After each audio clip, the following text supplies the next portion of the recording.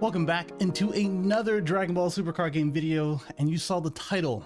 I think there is a little bit of a change coming. So usually I don't do reveals just because there's so many now. There's too many just coming out. I'd rather focus on what does well on my channel as far as deck profiles and gameplay and things like that.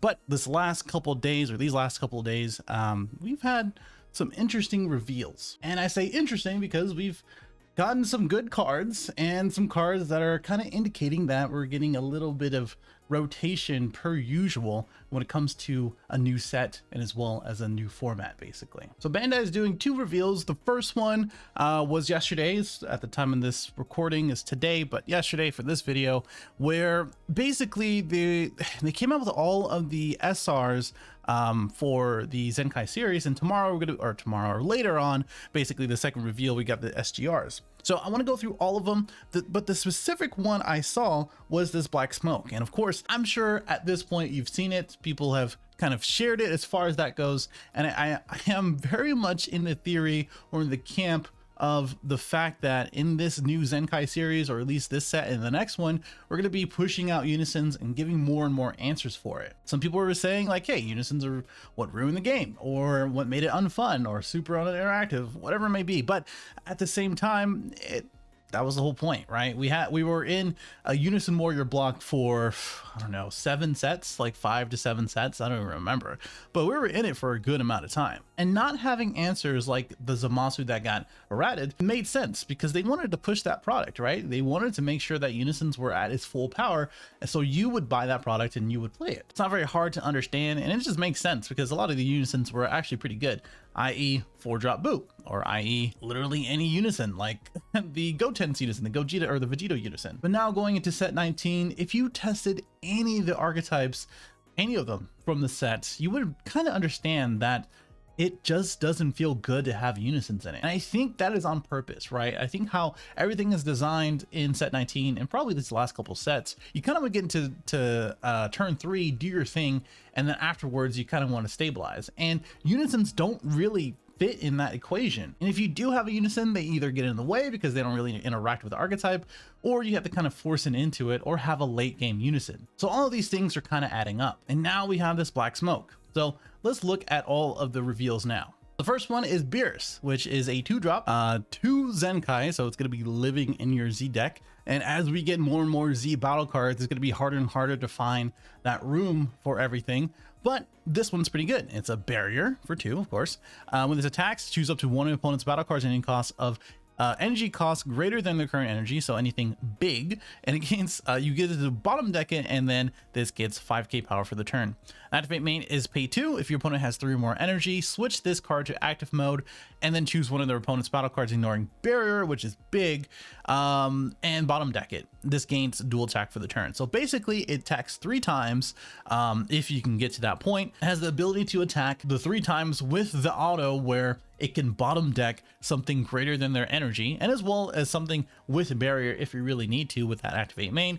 And it has barrier, so a lot of the time you're not going to be able to interact with this, especially in this red format. So overall, this is a really good card. And if you notice, again, this comes out about 2 to 3 weeks before Nationals. So this is more of a generic card, and this is on purpose, right? You buy the set not for the archetypes like I was saying before, but more for the super rares, and as well as the rare cards like the ultimates. That's by design. Like if you haven't noticed that by now, then hopefully I opened your eyes on that. Overall, really good card. You get to attack 3 times. It's very aggressive. I don't know how it's going to be surviving, I don't know, for the next turn, but at least it has barrier. And if you have 4 energy, you can do the whole shebang. Next one is this 2-drop Jiren. It is Jiren the removable. 2 cost for the Zenkai energy, just like the last one, has deflect, which is pretty typical for all of these Z battle cards. The Beerus didn't have it, so at least you can respond with like a Vegeta Resolved or Trunks God Sealing, something like that. Really, any of the low cost counterplays you can respond with that as well. But for this one, when this card is played, you choose one of your green battle cards when energy costs a 5 or less, or you can choose yourself or itself, and it can be removed by battle areas by the opponent's skills until the end of the next turn, which is crazy. Really good for green in general, because like a lot of the green stuff doesn't really have, well, I guess with fatal rivals and stuff like that, doesn't really have protection, but this is a really good one where you can use the activate main, place any number of the Z energy in the owner's drop, choose one of your opponent's unisons and remove a marker from it for each Z energy placed in the drop by this skill. And then additionally, if you place 2 or more G energy in drops by this skill, it gains 10k and double strike for the turn. So not only that, you could have an infinite amount, well, maybe not infinite, but a good amount of Z energy in your Z energy, and then use this in order to remove it. It can't be removed, and then it becomes a 30 or 25k double striker on that 2 energy, which is just really good. Like overall, just a really good card for green. You're kind of forced to be playing green, but at least you have now some new archetypes like Gogeta. This is very interesting. I don't think there's really too many cards that really come to mind that are 5 or less that are green that would really work well with this, but at the very least you could pair this with like 5 costs of Masu and then just swing with it, and then you don't have to really think about it getting minus, but probably something that is a little bit bigger that can attack a lot of the time. And just overall, if you just do it to this card, I mean, it wouldn't be a bad idea. Again, because you get to remove markers, it's another case that they are trying to get rid of unisons. At the very least, give you the tools, and man, this is a good tool. This is a 2-drop, no specified cost, which I think was a mistake. Has deflect, which is silly. Can't attack, but who cares? And when this card is played from your hand, you get to choose one, which you can place up to 3 of your the top deck. So you mill 3. If there's 7 or more in all drops, not only just your own, you get to draw 2. So it's a 2 cost, draw 2. So even if you're using this for unisons, which we're looking at that third one there, you can still draw from it. You can choose one of your opponent's battle cards and it costs a 7 or less, ignoring barrier, and then send it to warp. So now barrier threats are no longer a thing because anybody can actually use this card. It is so silly that they printed this. And the last one is that your opponent has unisons. Choose one of your opponent's unisons with a specified cost of 2 or less and 7 or fewer markers and set into the owner's warp. So I will say that the specified cost is different from the actual cost. So it doesn't get rid of something like the Majin Buu unison, right? But it does get rid of something like the Vegito unison in like Cell decks, or something super similar like an engine starter, right? Or an engine enabler, right? So that is really disappointing because it just kind of kills off a lot of the unison warrior decks that kind of rely on things. So like the red starter deck Vegeta, that's a really good example where I'm like, why would they print this if they knew that they wanted to design that and run that? That is just crazy to me. And of course, the other 2 effects are really good. That ignoring barrier, oh man, that is just ridiculous.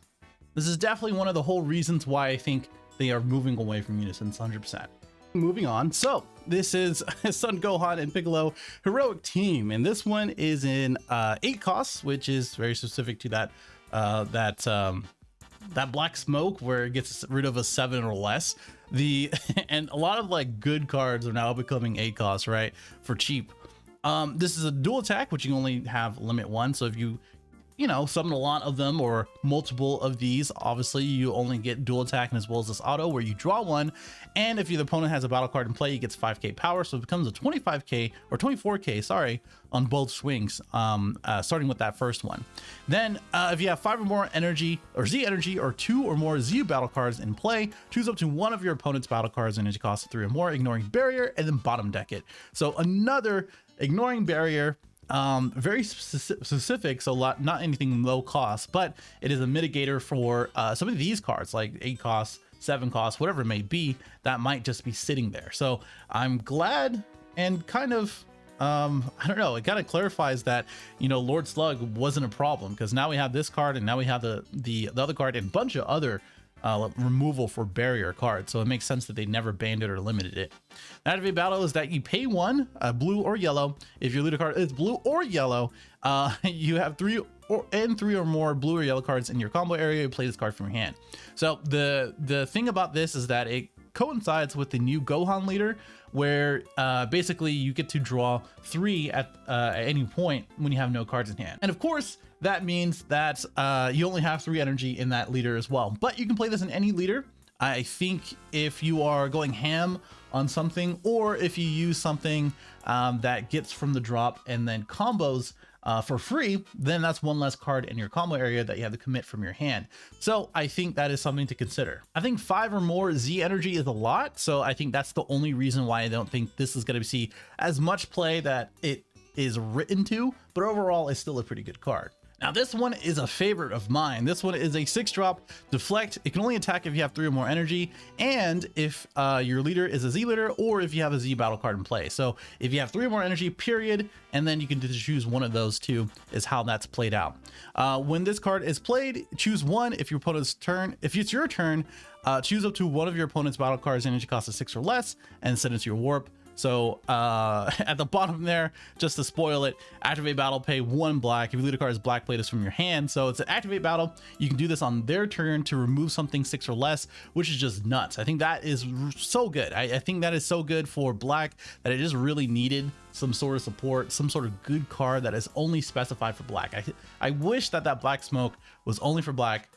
It's just so it can have a little bit more of a showing at nets. So whatever. If your opponent's turn, you choose one of your cards and it gains 5k for the turn, which is basically, again, on your turn or their turn, you can just have a beam, which is great, because now in like Reboot Mass Sin, you can restand using Spirit Boost, and now you have that 5k power plus the other power that you have in Vegex or really any other black leader. You get to have a beam just so you can defend yourself a little bit better. This is a 0/0, so that is one of the things that they're using to kind of balance out some of these black cards, just like the Dark Broly Overwhelm.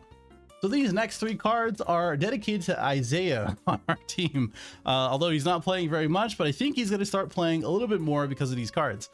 This is a 6-drop Power of Friendship Goku, where it has Deflect, which is nice. When this card is attacked, choose up to one of your opponent's battle cards and send it to the warp, and you get to pay 3 if you have a black Android 8 card in your drop, which is pretty easy in Kitku because this is designed for Kitku, of course. And the activate main, well, pay 3, you get to play it.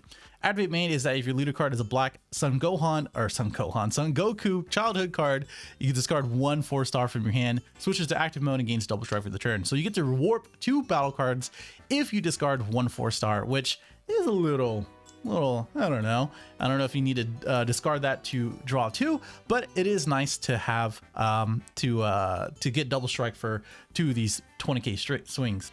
Then we have Bulma. There's a 1-drop if your leader card is black, which is any of them, but for Kitku especially, you get to add 1 Dragon Ball card from your deck to your hand, and then place 1 of your skill-less battle cards at a cost of 1 from your deck into your drop and shuffle your deck. So obviously that coincides with other skill-less type of cards, like Scions or whatever it may be. And I think this is not too bad. And if you choose one of your opponents, and if you choose up to one of your Son Goku cards, obviously Kitku, you get 5k power for the turn. So just get a little bit of an extra boost. So when you do that flip and you have that extra 5k, now it's a 25k leader. And finally, the last one, again, another Kitku card where it has barrier blocker for 3. The activate main, just to say that one first, you pay 1 and your leader card is a black Kitku, and there are a total of 2 or more skillless battle cards in your battle area or drop, which is very easy in that deck. Of course, you play this card from your hand, so it's for 1 20k barrier blocker. Has unique, but it's not that big of a deal. And of course, when the permanent says when your black Kitku card with a energy cost of 2 or more is removed from your battle area by an opponent's skill, you may place this card in the owner's drop instead. So obviously Android 8 is there to save the day, which is nice, right? I think that is super nice, just to stay on theme and just to have a 1-cost barrier blocker. Overall, I'm very happy to see some new Kitku support, some more generic cards coming out the set, so that way people are more incentivized to actually buy the set. And of course, kind of iffy on the removal of Unisons, or at least the Unison hate. Let me know what you think in the comments below, and I'll see you in the next one.